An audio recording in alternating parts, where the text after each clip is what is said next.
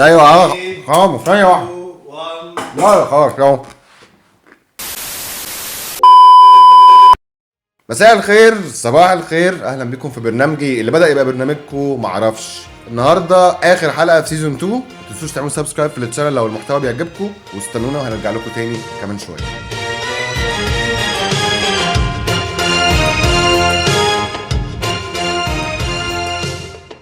حلقة النهاردة جميلة لذيذة، دسمة وجوسي وكرانشي كمان. حلقة يحبها كل الناس ما عدا بتوع الدايت. حلقة النهاردة عن الأكل وعلاقته بالسينما، ومش بس السينما، لا بينا كلنا. اديني يا حسين شويه سلطه من عندك. حط يا ابني شويه كويسين بسرعه. ايوه. من ساعة ما الإنسان بيتفطم وبيبدأ رحلة مختلفة مع الأكل، وعلاقته بيه بتفضل تروح وتيجي كده، من أكل ما بيحبوش وبعدين يحب، تعرف على طرق أكل جديدة وأصناف جديدة. الإنسان والأكل ده موضوع كبير. الأكل سبب في بناء حضارات، مش بس كده، لا ده كمان السبب في نهاية دول، ثورات ومجاعات وكل حاجة. حتى معرفة تاريخ الشعوب ممكن تعرفه من أكلاتهم، لأن كل أكلة بتحكي عن حاجة في التاريخ واستمرارها وذوق الشعب، وبتعكس كمان التغيرات اللي حصلت فيه. زمان قالوا الجيوش تزحف على بطونها، يعني أهم حاجة توفير الأكل، وكل ما الأكل يبقى متوفر ومتنوع كل ده ما بيعكس ان الدنيا بيس اوف كيك. معرفش هل السينما عرفت تستخدم الاكل ولا لا؟ ايه اللي السينما علمته لنا في الاكل؟ وايه الاكلات اللي نشرها الفن او عمل لها دعايه عكسيه؟ ازاي استخدموا الاكل في السينما؟ تعالوا نعرف مع بعض عشان أنا لسه معرفش. محشي ولوي بطاطس شوربة فرخة أروح فيها غامص والتسكية والملوخية. كل حاجة في حياتي بعملها بصعوبة إلا حاجة واحدة، الأكل. ده الحاجة الوحيدة اللي بعملها بسهولة. أيوة، أنا علاقتي بالأكل زي علاقة اتنين صحاب. لا صحاب إيه؟ اتنين متجوزين. طيب في الاول كده ايه اللي خلانا نتكلم في موضوع الاكل؟ مسلسل مطعم الحبايب. ماشي احنا هنتكلم وهنحرق شويه بس على وش الحله، بس علشان تاخد لون مسلسل مطعم الحبايب. مطعم الحبايب من كتابه مريم نعوم وورشتها سرد، اللي عملت اعمال كتير جدا مميزه، تجارب ورش الكتابه انا بحبها على المستوى الشخصي، بالذات في المسلسلات القصيره اللي على المستوى ده. المسلسل ده من اخراج عصام عبد الحميد اللي اخرج قبل كده سوتس والغساله، مخرج ليه تجارب مميزه جدا من ساعه ما كان مساعد في مسلسل ايوه ده اللي صار. والمسلسل انتاج عبد الله ابو الفتوح المميز جدا في اختياراته ودايما تقديم اشكال مختلفه. في منتجين بيعرفوا يحطوا فلوسهم ازاي وفين. المنتج مش بس فلوس، المنتج حاجه مهمه جدا في العمل. عمل قبل كده الهرشه السبعه وعلى نسبه مشاهده ورشيد وش وظهر وخلي بالك من زيزي. المسلسل بتاعنا بطوله احمد مالك واللي قام بدور صبحي، شاب بيشتغل مدرس تدبير منزلي وفي نفس الوقت عنده عربيه كبده، بس حلمه انه يملك مطعم كبير يقدم فيه اكل بس على مزاجه. دماغه حلوه وطموحه ومعتزه جدا بنفسه. وامه عايده رياض ست طيبه بنت بلد. صبحي تجيله فرصه انه يشتغل مع الشيف ابو المجد اللي هو بيومي فؤاد اللي ورث مطعم عن جداته الكبار، ودي حته لزوم الدراما يعني، هي ماشي حلوه. مريم نعوم لازم تدفي الحدوته بحته فيمينست كده. معرفش، الشيف ابو المجد شيف مشهور وليه برامج، وفجاه بيتوقف برنامجه بدل ما يدور على عقد جديد وبرنامج جديد بيقرر يفتح مطعمه القديم وعلى نفس طرازه القديم، بس يستعين بشيفات من الشارع حواري مصر العتيقه اللي هم انتصار واسلام ابراهيم. اسلام ابراهيم لازم يضفي مسحه كوميديه زياده على المسلسل. اسلام فعلا خفه دمه بتبان في اي دور بيعمله. اسلام عمل دور شيف مهووس بالكوره من اصول ريفيه، وطبعا لازم عشان تعمل دور كده يبقى فيه مرايه عكسه، فنجيب حد اشتغل في مطاعم 5 نجوم عشان الدنيا تمشي اللي هو حمزه. وطبعا انتصار نجيب لها قصه حب وقحمه الصراحه وغير منطقيه مع محمود البزاوي. ما هو مطعم الحبايب بقى. بس ده فعلا سمه واضحه في جزء من مسلسلات شاهد الجميله، وهي الحب، الحاجه اللي احنا مستنيينها فعلا في كل الاعمال الفنيه. نروح بقى لوديده او ديدي اللي هي بطله العمل الحقيقيه، واللي هي وريثه الكتاب السحري اللي فيه وصفات الاجداد، واللي كلهم فتحوا المطعم وكانوا كلهم وديده. ديدي فود بلوجر، ودي احلى شغلانه في الدنيا الصراحه. ما اعرفش الصراحه بيقدموا لها فين، والله انا بعرف اكل كويس ومن زمان قوي باكل، وطول عمري بعرف اقول الاكل ده مستواه ايه يعني، وبعرف اقول جوسي حلو جدا على فكره. من يوم ما مراد مكرم عمل الاكيل وانا متابعه جدا وحافظ كل حلقاته وبيك فان كمان. المهم نرجع للمسلسل. بعد الصدمه بتتعرض لها ديدي بيساومها الاب على مساعدتها قابل انها تشتغل معاه في المطعم، وهناك في المطعم عشان هو مطعم الحبايب قصه حب بتبدا بين وديده وصبحي، ونلاقي طبعا الكتاب وكل حلقه اكله قديمه من تراث الوديدات. وانترو المسلسل اللي بتقدمه سوسن بدر اللي فعلا صوتها مصري اصيل رغم العيوب اللي في المسلسل، بس هو فعلا لطيف. الاداء التمثيلي هدى مفتي ومالك وانتصار، كل الطاقم الحقيقه كان مميز. طبخه نفسها كانت حلوه وممتعه، الديكور والاضاءه. مسلسل خلانا نفكر في موضوع الاكل. ايه هي هويه المطبخ المصري؟ ايه اكلاته وايه شكله؟ هل السينما والدراما استخدموا الاكل بشكل كويس فعلا؟ طيب من الاول كده، مصر فيها التنوع في الاكل بتاعها قوي، بس هل احنا لسه محافظين على وجود هويه لينا في الاكل؟ معرفش. طيب نحكي شويه عن المطبخ المصري. مبدئيا كده عندنا 4 مطابخ رئيسيه: المطبخ القبلي اللي هو الصعيدي يعني، المطبخ البحري اللي هو الفلاحي يعني، المطبخ السواحليه، ومطبخ البدوي. ودول بيعكسوا التنوع الجغرافي المصري. وطبعا القاهره اللي هضمت كل المطابخ دي في معدتها الكبيره. نبدا الاول بالمصري القديم ونظام الغذائي. المصري القديم ما عرفش طبعا الصلصه، لان ما كانش يعرف اصلا في حاجه اسمها طماطم، فاي اكله فيها صلصه اشطب عليها من منيو عمتك نفرتيتي. ومن قصر الحاج خوفو المصري القديم كانت فلسفته في الاكل عاوز الاكل فيه سعرات حراريه كويسه، بس كمان ما يتخنش قوي. كان برضو عندهم فكره ان هم يستغلوا كل تفصيله في الاكل، مفيش اي حاجه بتترمي خالص. عشان كده فهمنا ليه الامه المصريه طلعت مدبره. يعني مثلا المصري القديم واللي مشهور بالبردي في الكتابه كان بياكل برضو البردي عادي جدا. زهره اللوتس هنقدسها، بس لا هنطلع منها عطور ومستحضرات تجميل كمان، وجزرها هناكلها كمان، نعتبرها تحليه بنحطها على الطبليه. المصري القديم كان بيحب ياكل على طبليه اصلا. طيب تمام، في حاجه متبقيه في اللوتس؟ الورق. هنسيبه؟ لا طبعا، هنجففه ونستعمله توابل. المصريين القدماء ما كانوش بيحبوا يذبحوا البقر عشان كانوا بيستعملوه في حاجات كتير، بس البقره لو هتتذبح مش هنسيب منها اي حاجه. هم اول ناس اكلوا الحلويات، كل حاجه جنب الكبد شغال، واهم حاجه الكليه. كانت ليها عندهم مكانه مميزه قوي، ما يتعزمش عليها اي حد، لازم يكون حد يستاهل. دي حتى كمان كانت بتدفن مع الميت في مقبرته. والمخ بقى كانوا كيفين المخ واللسان. اللسان هي عارفه نفسها، فرعونيه يعني، كل حاجه في العجل ما بتتعتقش. ما بتاكليش ليه؟ هتفضحينا. كلي. اكل؟ لا ميرسي، مش جعانه ابدا على فكره. اقول لك استنى، والله ما حد واكل حته يا فين اهي، محدش واكل حته الكرشه دي غيرك. يلا افتحي بقك، حد في بقك، يلا افتحي بقك لما مسؤوله في بقك. يلا معلش اصل احنا مستنيين نونا. بعد ما المصري القديم هتك الذبيحه، ايه تاني حيوانات كان بيحبها؟ زمان كان بيصطاد فرس النهر، مع ان في اوقات تانية كان مقدس عندهم، يعني اوقات مقدس واوقات بيتاكل. وعلى راي تميم برغوثي، يا عيني على الالهه، كانت انثى فرس النهر مقدسه، سيد قشطه او سيده قشطه بقى. معرفش بقى هو كانوا بيصطادوا الذكور بس ولا الاثنين مع بعض، بس اكيد دي وليمه محترمه جدا. كمان الانفد، حتى الانفد ما عتقهوش، مع انه برضو كان بيحترموه بيقدسوه. المصريين دول طول عمرهم ما لهمش كتالوج، ممكن يخلوك اله وممكن يقطعوك عادي ويعملوا منك شوربه كمان. بس انا عايز افهم ايه اللي في الانفد ده يتاكل؟ يقول لك يا سيدي بيحطوا على شوكه طين ويدخلوه الفرن وبعدين يكسروا الطين. دماغ قوي يا اجدادنا دول. تعرف كانوا بيحلوا بايه؟ من 2000 سنه قبل الميلاد كانوا بيحلوا بالمارشميلو. انا الصراحه ما اعرفش ازاي اجدادنا اكتشفوا المارشميلو حاجه حلوه. وطبعا الاكلات اللي لسه موجوده لغايه دلوقتي ورثناها عنهم زي الفسيخ. بيتقال ان اول مدينه عملت الفسيخ اسنا، بس اللي هقوله دلوقتي ده غالبا هبدا مني او تخمين. موضوع الفسيخ في شم النسيم بيتهيألي كان المصريين كانوا بيبقوا مخزنين السمك بطريقه التمليح عشان مش عارفين بكره هيبقى فيه ايه. اول ما يجي الربيع ويتاكدوا ان الخير جه، نطلع بقى اللي مخزنينه ونعمل بقى وليمه فسيخ. بالذات ان الفسيخ والبصل والخس مع بعض بيعملوا وقايه من امراض الربيع. معرفش ايه؟ هي وي ده واحد ياكل يا جماعه. ايه ده؟ ايه الريحه دي؟ ده باظ. انتوا ما كنتوش حاطينه في الثلاجه؟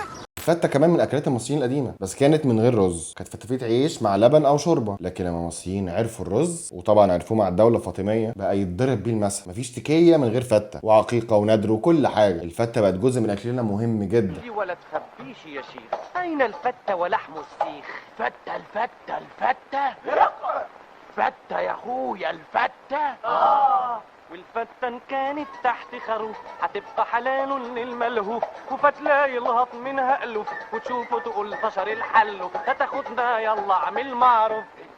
والكحك كمان، الكحك كمان ده كان بيتقدم كقربان للآلهة. الكحك استمر والمصريين اتفننوا فيه. طالما جبنا الاكل والمزاج في الاكل مفيش احسن من الدوله الفاطميه. الدوله الفاطميه اغلب الطقوس والحاجات اللي احنا عايشينها دلوقتي جايبينها من الفاطميين. عارفين عملوا ايه في الكحك؟ اسسوا حاجه اسمها دار الكحك، يعني زي دار الحكمه كده. وراحت حماتي قايله لي مع السلامه يا حبيبتي، وراحت متكيالي على السين. ايه؟ اتاكت على السين؟ تخيل. عارف يعني ايه؟ لا. اقول لك. شوف الكحك كانوا مقدرينه قد ايه. البصاره، ودي كانت من 5000 سنه قبل الميلاد، بس عشان الصراحه ماليش فيها فمش هرغي فيها كتير. حضر المفاجاه. لا مش قادره اصدق بجد، مش قادره. ايه رايك؟ مسارة؟ ايوه. معقوله يا ابو المجد انت لسه فاكر ان انا بحب المسارة دي من وانا صغيره؟ ودي حاجه تتنسي برضه يا زوزو. مش معقول. الله، خليني ادوق بقى. الكشك المصري كانت اكله اساسيه واصلها من المنيا، وكانت بتتاكل في مصر في موسم الحصاد. طيب المهم عمنا احمس وهو بيحارب الهكسوس اقترح عليه احد كهنه المنيا ان هم ياكلوا كشك قبل الحرب، وفعلا انتصرنا على الهكسوس. كلنا عارفين الكشك، لكن معظمنا ما يعرفش ان الكشك له 3 انواع. نوع كشك الماظ، وكشك المازيه، وكشك حبايبنا الصعايده اللي بنسميه الكشك البلدي. وبمناسبه الهكسوس بقى، في راي بيقول ان المصريين اكلوا الفول بسبب الظروف الاقتصاديه وقت الهكسوس. معرفش صح ولا غلط، بس اللي اعرفه ان وقتها كان اسمه المتمس زي ما قلنا في حلقه قبل كده. في راي بيقولوا ان اسمه مدمس عشان حاجه تانية خالص. بيقول لك يا سيدي سنه 1700 كان في واحد اسمه ديموس، ده اول واحد استغل الموقد ان هو يدمس الفول. المصريين ابدعوا في طرق عمل الفول، وفي محلات بتعمله جامد جدا. يا ريت كل واحد بيتفرج على الحلقه يكتب لنا في الكومنتس اكتر مطعم فول بيحبه، واحلى طبق فول بياكله منين وبايه. انا عن نفسي بحب الفول الزيت الحار. بالاذن بقى لحسن اتاخرت. اتاخرت على ايه؟ الساعه 6 وربع. على الفطار. اصل الواد عرفه بتاع الفول عليه ناس كده، وانا بقى احب الحق وش القدره، بتبقى بسم الله ما شاء الله تستاهل بقك. كريمه.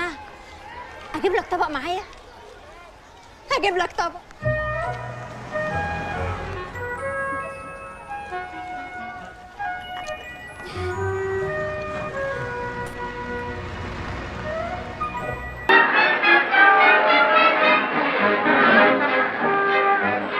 أكل الفول يفتح العقل المقفول، وإذا خلص الفول أنا مش مسؤول. أما نلحق قبل ما يخلص. اديني من فضلك واحد كنافة. كنافة؟ أيوه من اللي في القدر ده. الفول طبعا كان اكله رئيسيه على مائده المسرح والدراما والسينما. متزوجون طبعا وسكتش الفول الجميل لسمير غانم، قلناها برده في حلقه قبل كده عن سمير غانم، يبقى انزل شوف. واستخدموا الفول في اوقات في السينما عشان يعبر عن المستوى الاجتماعي، انه عنصر اصيل لافطار المصريين. الموضوع ملوش علاقه بس بالطبقه، الاكل المصري الاصيل عبرت عنه الاعمال الفنيه، فكل الاعمال دي هتلاقي عربيات الفول لازم تبقى موجوده. طبعا الفول اكله مهمه بس ما ينفعش يتذكر من غير الطعميه طبعا. كل يوم فول وطعميه وطعميه وفول، ما الفول من الطعميه والطعميه من الفول.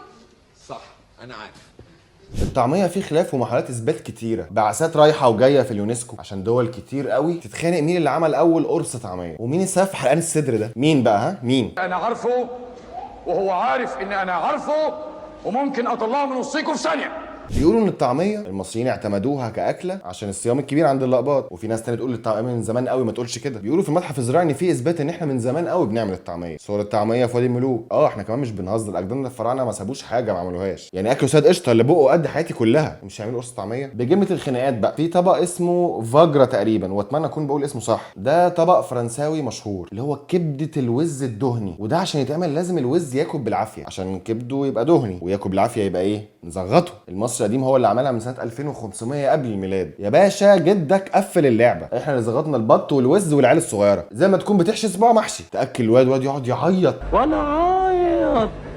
اخر خناقه عشان ربنا هدانا بقى خناقه الملوخيه، بس دي خناقه عائليه بيننا وبين بعض. في بيقولوا ان الكلمه بترجع للعصر الفاطمي، اما الحاكم بامر الله كان عيان وبطنه كانت تعبانه، فالطبيب المصري قال له عليكم بالملوخيه يا معلم، واتكيف منها قوي وقال له ما حدش ياكلها من الشعب، خلاص دي اكله الملوك، فاتسمت ملوكيه. الجبهه الثانيه بتقول لا يا معلم، المصريين القدماء برضه ومن ايام الهكسوس كانوا فاكرين الملوخيه اكله سامه وكان اسمها خيه بس، وكلوا ملو فملوخيه. الهكسوس كانوا بيجبروا المصريين ياكلوها ويقولوا لهم ملوخيه ملوخيه. حرام عليكي حرام عليكي، خافي ربنا. معلش حد في الدنيا يحط الصابون على الملوخيه. يا رب يا رب.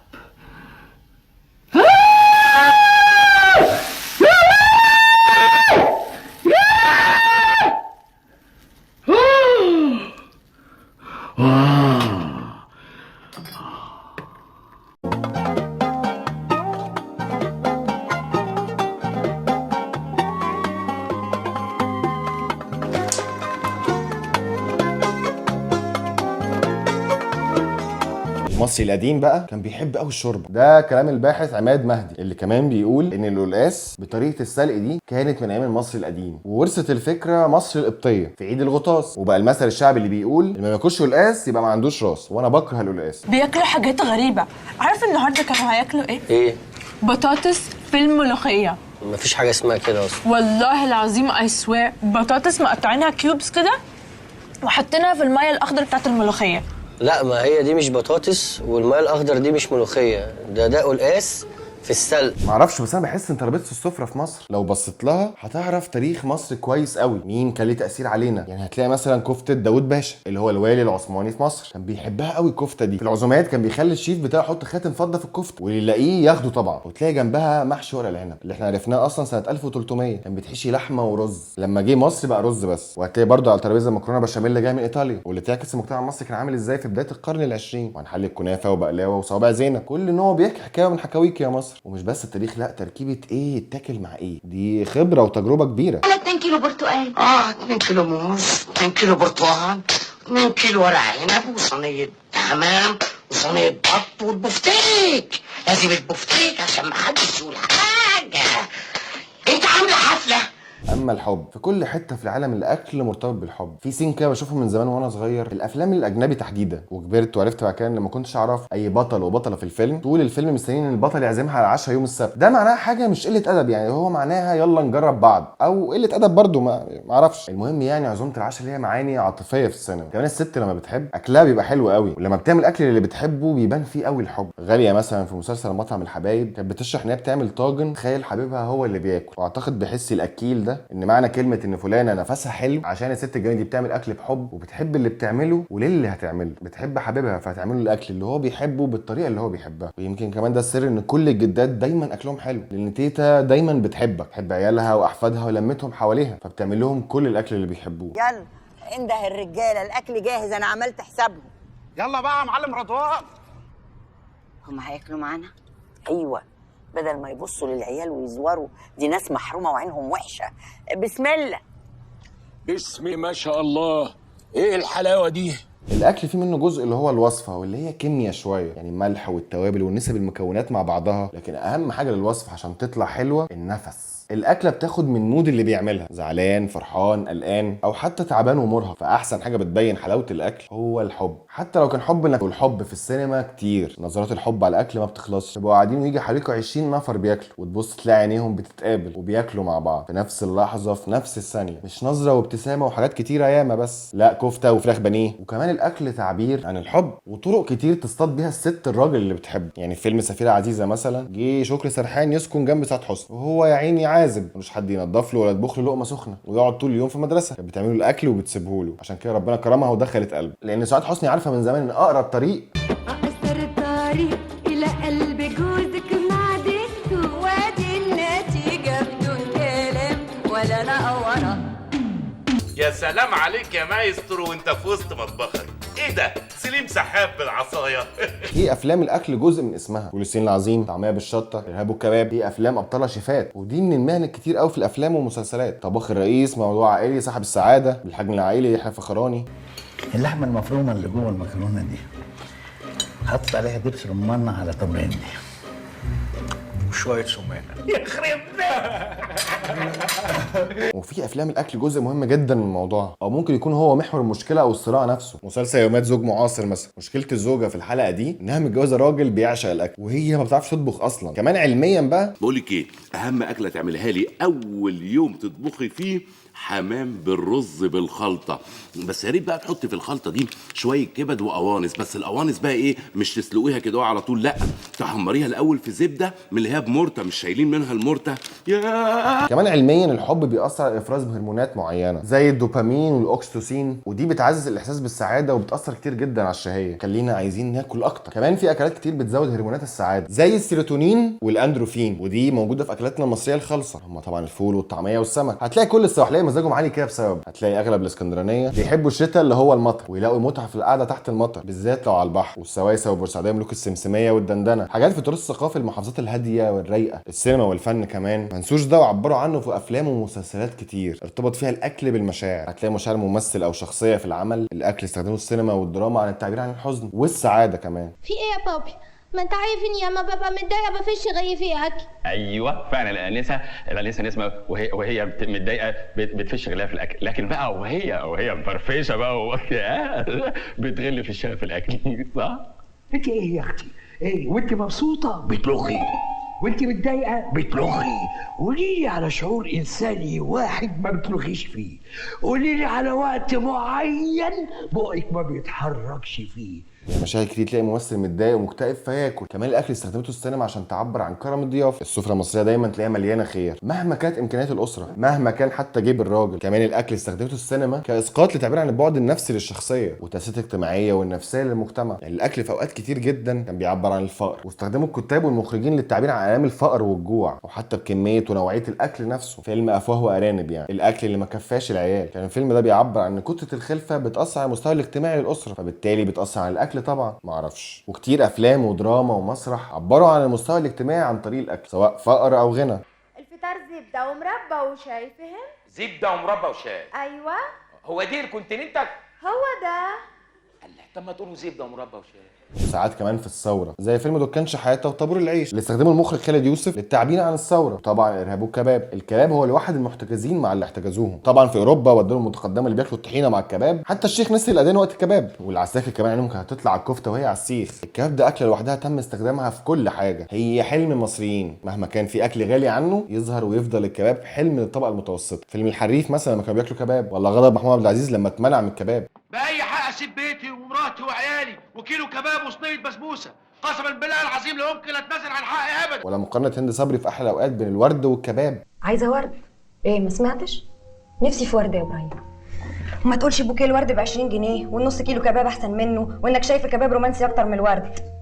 والابراهيم ما تخلاش برضه عن الكباب، بس جاب معاه ورد. عايز ياكل عيش، ما ينفعش نستغنى عن الكباب طبعا. الكباب والكفته دول حاجات مهمه جدا. الكفته ايه يا جدعان؟ الكفته مش كل حاجه يا بابا. الاكل كمان تم استعماله تعبير عن الشخصيه الفاسده، الشخصيه الفاسده سياسيا والجشعه. في فيلم مثلا هي فوضى، طريقه الاكل بفجع عشان تعبر عن الظلم والجشع وسرقه حق مش حقه. ولا برضه خالد صالح في عماره يعقوبيان، طول الوقت في الدور اللي كان قايم بيه واللي هو فاسد سياسي في نظام مبارك، كان بياكل اي حاجه قدامه عشان يعبر عن الجوع اللي جواه اللي ما بينتهيش. واللي بياكل حرام زي اللي بيشرب ميه بحر، عمره ما هيرتوي ولا هيشبع. وممكن يكون الاكل عقاب سواء طعمه او كميته. في فيلم قشر البندق مثلا كان في مسابقه للاكل، اللي هياكل اكتر هو اللي هيكسب. وطبعا الابطال كلهم كله عايز يكسب عشان ياخد الجائزه، فتتحول الرغبه للوصول للجائزه لعقاب، لدرجه ان حميد الشاعري مات من الاكل. كمان الفن استخدم الاكل للتعبير عن الحرمان ورغبه وشهوه وطمع، بتحاول تاكله يمكن يشبع، وكمان يمكن يشبع رغبه المعتدي اللي جواه، يملى بطنه فينساها. وهنا بقى الاكل كان رشوه. فيلم ديل السمك اللي عمرو واكد كان فيه بيقرا العدادات وعايز يروح منطقه احسن، واللي عايز يعمل كده يعمل ايه؟ تعزم مديرك في الشغل طبعا وانت هتتظبط. طبعا ملك منطقه الاكل في السينما هو مين؟ محمد خان. محمد خان في اي فيلم هتشوفه هتتاكد انه اكيل قوي. مشاهد الاكل عند خان ليها دلاله واسقاط طول الوقت، وحتى لو ملهاش الاكل موجود دايما عشان هو حاجه بيحبها. مشاهد كتير ما بتخلصش، مفيش فيلم ما فيهوش اكل. يعني فيلم خرج ولم يعد طبعا الاكل طول الوقت ومن غير اي مبررات. دايما هتحس انك جعان وانت بتتفرج على الفيلم ده. انصحك ما تتفرجش عليه وانت جعان. خان عبر عن حبه للريف وكرهه للمدينه بحاجات كتير قوي، اهمها الاكل. كل المشاهد اكل وسفره وعيله كبيره بتاكل. متعه الريف وحلاوته والحياه الهاديه بتبان في كل اكله، اذا كان فطار ولا غدا ولا عشاء ولا حتى في جنه الفواكه اللي كانت على طول على الترابيزه. مع خان مش هتبطل اكل. وكمان استخدمها في فيلم زوجة راجل مهم. في اول الفيلم احمد زكي بيغير حته اللحمه اللي ما بتتقطعش مع ميرفت امين، وهنا بيعبر بنفوذه قد ايه هو هيسعدها. مع الوقت بقى بنشوف التحول. اللحظه اللي خان حب يورينا التحول فيها شفناه وهو بياكل بوحشيه. وحشيه ورت ميرفت انها اتجوزت وحش وهو بياكل الفرخه. احمد زكي هنا كان بيتخلى عن وجهه المزيف بالوجه الحقيقي. خان شاطر قوي في التعبير عن الشخصيات بالاكل. فيلم بنات وسط البلد مثلا مشهد المطبخ بين خالد ابو النجا ومنى شلبي، وبعد كده السفره مع عزت ابو عوف، والفيلم ده برضو السفره مع احمد راتب. وطبعا خان في فيلم موعد على العشاء اللي سعاد حسني سمت حسين فهمي وانتحرت في عزومه مسقعه. المسقعه دي هي والبتنجان حوار. مسقعه او بتنجان والاكل الحرش المصري موجود هو كمان طول الوقت على سفره السينما المصريه، زي ما قلنا في حلقه السينما والجواز يبقى انزل شوفها. الطبيخ الغامق والمسقعه في فيلم الدنيا على جناح يمامي العاطف الطيب، واستخدمناه كتير عشان نعبر عن البسطاء، عشان هو وجبه متكامله.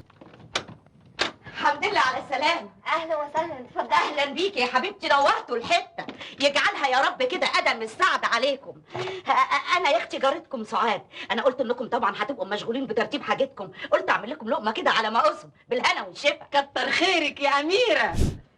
بتنجان يا أما، مناخيرك عمرها ما خيبت. مش بس كان سم في موعد على العشاء، افلام كتير كان فيها رموز ودلالات للاكل. الكشري في مستر كاراتيه واحلى الاوقات اللي طبعا كان عنوان للصداقه. هند صبري في المشهد ده كانت متعمده تغلط عشان عاجبها قوي الكشري. فيلم سلام يا صاحبي والكشري برضو. طبعا المناسبات والاعياد ما ينفعش تخلى من الاكل. عيد الكبير اللحمه والرقاق، رمضان ولمه العيله على الفطار، او حتى موائد الرحمن الكبيره. دي حاجه كده اصيله عندنا. في كل بيت وفي كل مكان لازم تلاقي ترابيزه سفره كبيره تلم الناس وقت المناسبه. كان لازم الفن يعبر عن ده ويظهره، لان المناسبات عندنا ما بتخلاش ابدا من الاكل. الافراح طبعا، ودي مناسبه خاصه جدا ليها طقوس عند المصريين. الاكل في الفرح دي من الحاجات اللي محدش ما بيستناهاش، يا اما عشان ينتقدها او يقول الفرح بنت خالتها كان فيه وفيه وفيه، او يتريق على طريقه هاني رمزي. هعمل لك فرح ما حصلش فوق السطوح، قوم الدور على المعازيم تدي كل واحد علبه فيها حتتين جاتوه سندوتش بسطرمه. كمان الاكل في الفرح تحسه تعبير عن حاجات كتير، غلاوه العرسان وكرم الضيافه للمعزومين، وكمان بيعبر عن مستوى صاحب الفرح. تلاقي سيمون فيميه او كافيار، يا اما ما تيجي نشوف.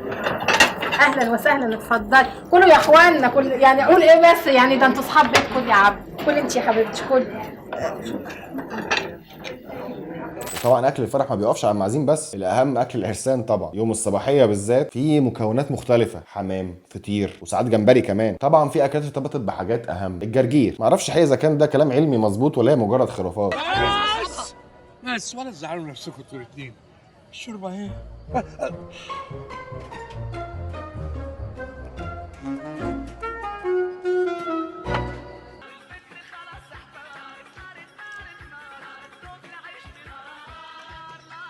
انت اللي هتدخليني النار. يا بابا ايه الاخبار دلوقتي؟ تفتكر التلج ده هيجيب نتيجه؟ هيهديك شويه هيهديك شويه.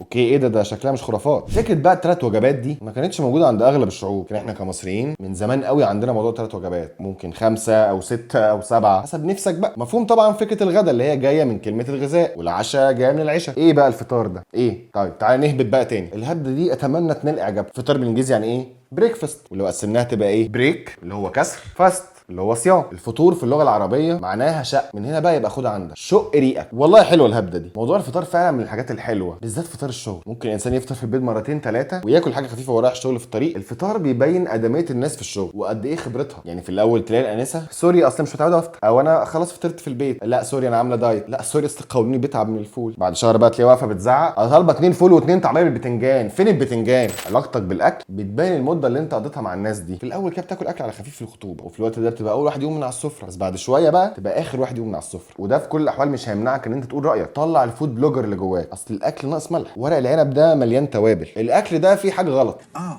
والمكرونه البشاميل دي كمان مالها رخرة؟ ليه بيحطي بيضتين على الوش مش بيضه واحده؟ ليه حاطه بيضه واحده؟ ايه مش عاجباك؟ لا بس كانت هتبقى احلى بالبيضتين. الفن طبعا ما سابش اي حاجه من الاكلات المصريه الاصيله الا واتكلم عنها واستخدمها عن التعبير عن كل المعاني. في ماشينكح موجوده. يعني المطعم من اللوكيشنات المهمه قوي في السينما العربيه، مش بس العربيه والاجنبيه كمان. مشهد المطعم في جاد فاذر، مايكل هيتحول في المشهد ده. يعني لوكيشن المطعم هيبقى جزء مهم من تاريخ السينما، من مايكل الطيب لمايكل الشرير. طبعا طالما ذكرنا الباتشينو والمطعم، ولا مشهد المطعم في بالب فيكشن. على فكره لوجو البرنامج اصلا مستوحى من بالب فيكشن، فيلم المفضل. في السينما المصريه بقى طول الوقت المطاعم مهمه جدا، والدراما كمان اهتمت بالمطاعم. والنبي يا عبد الله تديني الملح، الشوربه برد وما فيهاش لا ملح ولا فلفل ولا فيها طعم ولا فيها شوربه. استني، دي مش شوربه، دي عشان نغسل ايدينا مش اكتر. لما باباك يعزمك في مطعم بياكل فيه طول عمره هو ومامتك، وتكتشف بقى حقيقه المطعم ده. ولا مشهد اسماعيل ياسين وهو بياكل في المطعم ده. اسماعيل ياسين كان في افلامه كلها بياكل كتير، ده حتى لما عفريت طلع له قال له ايه تطلب تاني؟ اتعشى. وكمان كان بيتريق على الاكل. وكنت مش غبي هتحقق مطلبي وتقول لي والنبي غني لو مثلي بحلى عقلي بصلي. نرجع للمطاعم. جعفر العمده مرضوش يدخلوه مطعم عشان الجلابيه، عشان هو محمد رمضان طبعا، فكان لازم يعمل ايه؟ يشتري مطعم. باختصار الاكل في الحياه هو التاريخ، مفيش حضاره من غير اكل. اكلنا هويتنا. لما اختلطت الهويات بعد عصر السندوتشات وانتهت معها قيمه السفره، بقت ديكور في البيت. التخن ما بقاش بس في الاجسام، بقى في العقول والقلوب. الاكل قدام التلفزيون والاكل كل واحد في اوضته خلى المسافات بعيده قوي، ودايما بنشتاق للمه الاكل مع بعض. ربنا ما يحرمنا ولا يحرمكم من لمه الاكل. معرفش. يا وبور الساعة 12 يا مقبل عالصعيد، حبيبي قلبه دايب وانت قلبك حديد، وانا سهرانة من شوق والنوم عني بعيد، بعيد عني بعيد من مصر للصعيد. حذر فزر طبخين ايه؟ محشي كرنب يا روحي عليه فيه فيتامين. ايوه امال ايه؟ فيتامين ايه؟ الف وب وت وس ورز كمان، عارفه عشان نتربي عليه. لا عايزين كباب وخضار سوتيه، اما الحلو مارون جلاسيه، عايزين ناكل كفته وضرب، عصافير بطني في حاله حرب بتهيأ لي حنان.